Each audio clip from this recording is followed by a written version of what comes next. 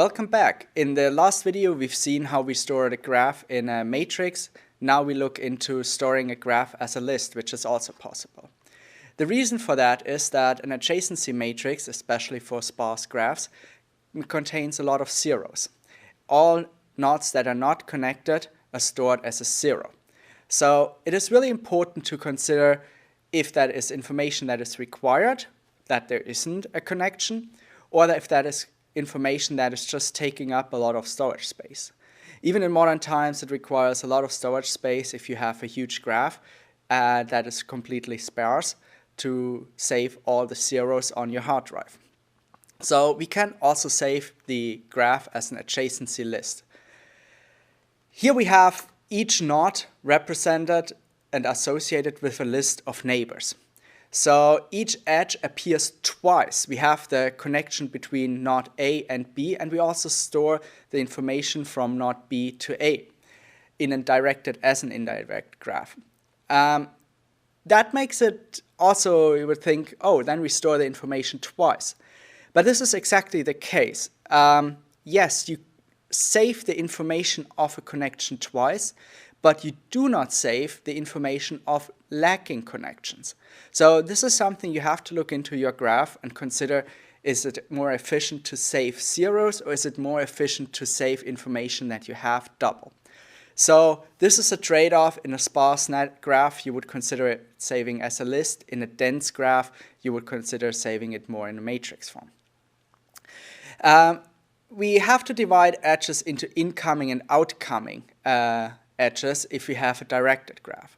So here the information is not saved double because, again, an incoming graph, an incoming edge is not necessarily also an outgoing edge and therefore doesn't have to be saved double.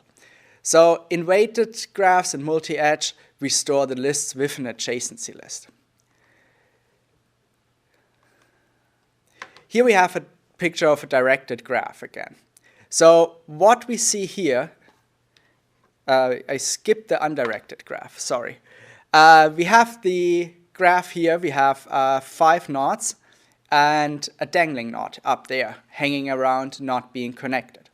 So this is really important why we have to save nodes individually. So if we only would consider the connected nodes, then we would only store 1, 3, 4, and 5.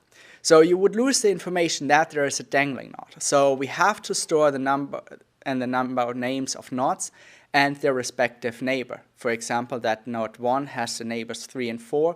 And here you see the doubling of information that node 4 was also connected to node 3. Now we go to the undirected graph. It's the same graph as previously, but now it's directed. So what we see here is if a node is directed incoming, so we have the connection from 4 to 1, and we also have the connection from 1 to 3 and from 1 to 4.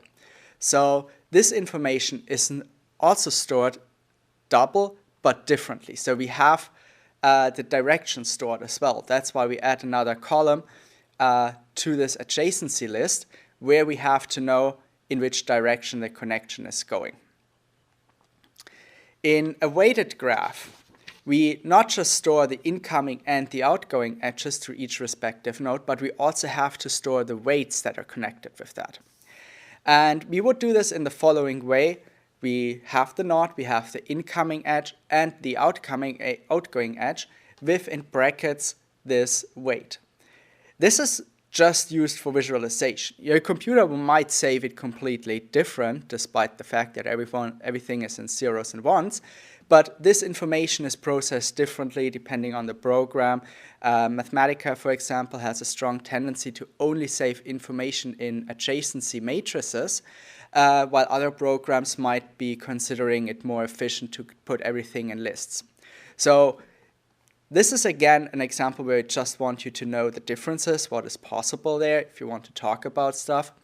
But your computer program most likely will do all of this by itself.